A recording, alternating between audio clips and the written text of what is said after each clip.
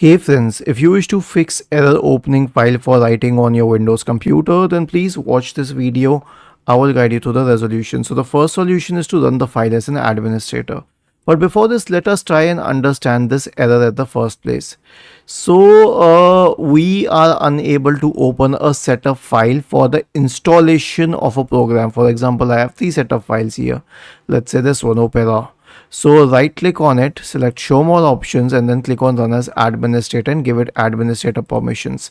The second one is to use compatibility mode.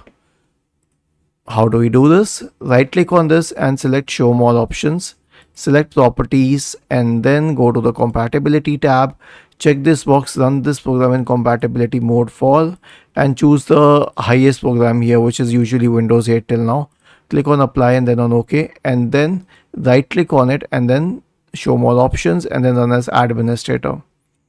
The last solution is a disk cleanup. Why? Because there may be some cache files or older files associated with this program. For example, if I installed Opera on my system earlier and it saved some files which are interfering with the newer installation of Opera, because it says that this program is already installed on your computer. So in that case, you can try deleting those files. And where are these files stored? These files are stored in the temporary folder. So the best way to delete it is using the disk cleanup tool. Search for disk cleanup, click on disk cleanup, click on OK, then check all of these boxes here and click on OK and then click on delete files. Was this helpful? If yes, then please subscribe to the channel, and if not, then let us know in the comment section of this video on how we could help you further.